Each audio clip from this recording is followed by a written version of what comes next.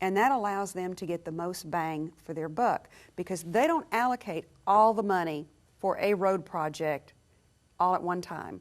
They say if you need to purchase right-of-way, we're going to give you X amount of dollars to purchase the right-of-way. And it'll probably take you a year, a budget cycle, to get that done.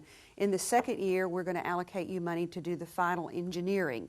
In the third year and the fourth year and so on. And I think that's what Gallatin's got to look at. We have to look at how long, if we're going to widen Belvedere, how long will it take us to purchase the right-of-way? Certainly it's a much smaller project.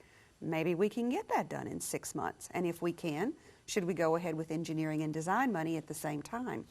But you can't construct it. I don't think we can construct it, purchase the right-of-way, do the engineering, and construct it all in one budget year.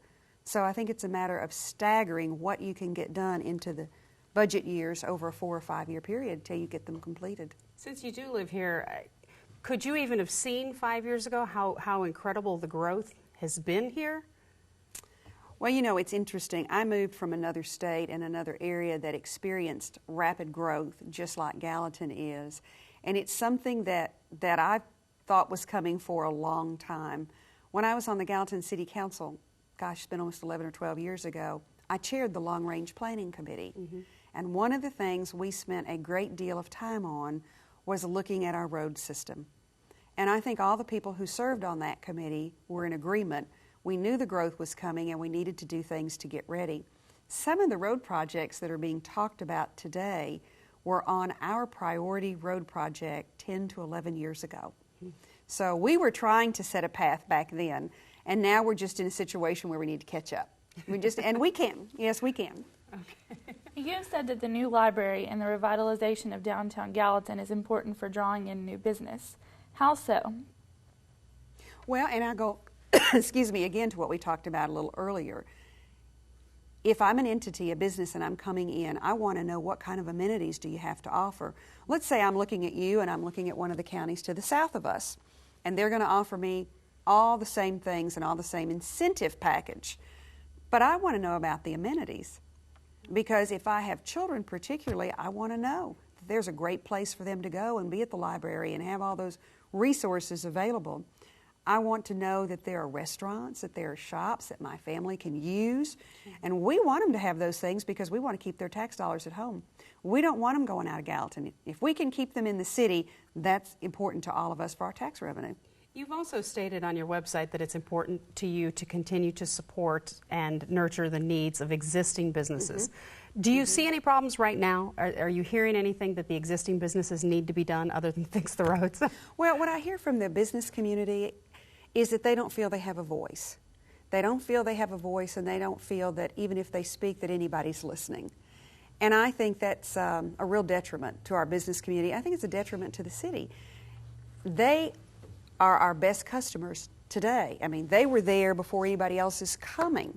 And it is just as important to keep your existing business community happy as it is to recruit a new industry to come in. I mean, if we don't listen to them, there's competition, there are jobs that go overseas, there are things that are outsourced. We want to keep our existing businesses happy and make sure they stay in Gallatin and that they expand. You know, that's real important to keep what you already have and build on the foundation. Your hometown was dealt a huge blow in April when the tornado hit, and evidence of the damage can still be seen 6 months later. Do you think Gallatin was prepared for such a disaster? I think Gallatin did an outstanding job of responding to the disaster. The police, the EMS, the firefighters, our city employees that worked, all night long, the utility department, the electric department, and even our churches and our citizens. I mean, everyone turned out to try to respond to the needs of the people who had been just devastated by that storm. And so I think Gallatin did a wonderful job. I can't think of another community that has responded in such an overwhelming way. The next day, we were out with some of the friends we had were devastated. And I was amazed. I mean, people from everywhere were out in those neighborhoods. They didn't even know those people. They were there. What can we do to help? And I just thought that spoke volumes of our community, volumes. Definitely. Everybody who lives or works in the Gallatin area was somehow touched by the disaster. How were you personally touched? Well, my home was not was not impacted by the tornado, but we had several friends. Some of them lost their home totally.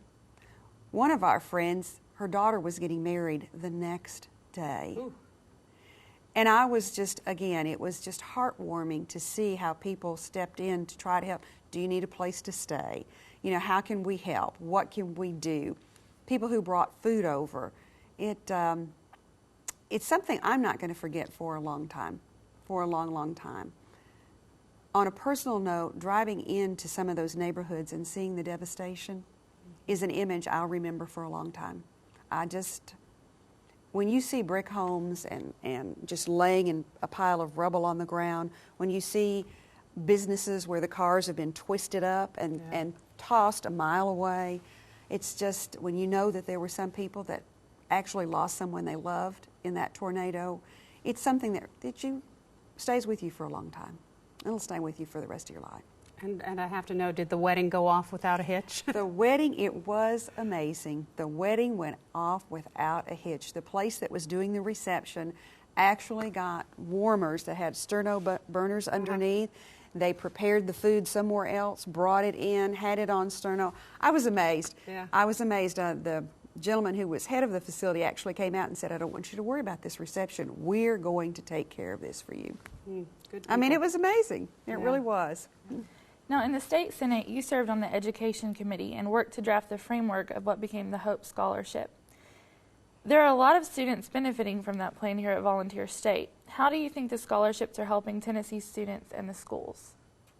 I think there are a lot of children who are going to college today that wouldn't be there otherwise. I also know that there are a lot of families who are encouraging their students to do the very best they can to make sure they qualify for that scholarship. Yeah. But it's not just a matter of getting the students there the first year. It's getting them to try to keep the scholarship. And I think both of you probably know that first year at college is hard for everybody, and a lot of times, sometimes your grades aren't the very best the first year you're there. But for a lot of families, that scholarship is the only way they're paying to have their student at that school. So I think parents probably might be a little bit more involved. Students might have a different level of commitment to their grades, knowing how much money they're going to lose if their grades dip down. It's a long-term commitment. The lottery scholarships, it may be 10 years before we really know the full impact of having those scholarships. It's not an overnight process. But as public education, the cost of tuition has gone up, they've expanded the scholarship and upped the awards, which is tremendous for those students. So I'm real proud of the legislature for stepping up and offering a way for students to go to college. And when we bring those students into Gallatin, they rent apartments. They visit the restaurants. And they come back home. That's right. They come home. That's right. Come back home. In September of 2000, you stressed the need for the state to support English language education for children in Sumner County, immigrant children, I should say, in Sumner County. Additional growth in the area is going to, in all likelihood, mean more immigrant children. Do you think that's still a problem? We need more English as a second language classes. Where do you see that problem going? Well, right now I think we've done a pretty good job of meeting the need. I know the high school, some of the churches are working. Vol State, I'm not sure, but Vol State I think has an interest in ELL. And I think it's important for us to meet those needs because by and large, a lot of these folks are going to be here for a while and they're bringing their families and the children are in school, so it's important for the parents to be able to speak the language as well. Now, as we grow, obviously, I think our immigrant population is probably going to grow too. Sure. And if you look right now, if you look at landscaping businesses, if you look at road crews, if you look at hotel, motel, even some of the restaurants, they're really depending on those people to be able to run their businesses. So if we grow and that population grows, then we'll have to expand the program. Now, do you see the issue of illegal immigration as a state and federal issue, or are there things that can be done on a local level? You know, I actually got asked the same question in another debate I was in, and I think it's real important to try to explain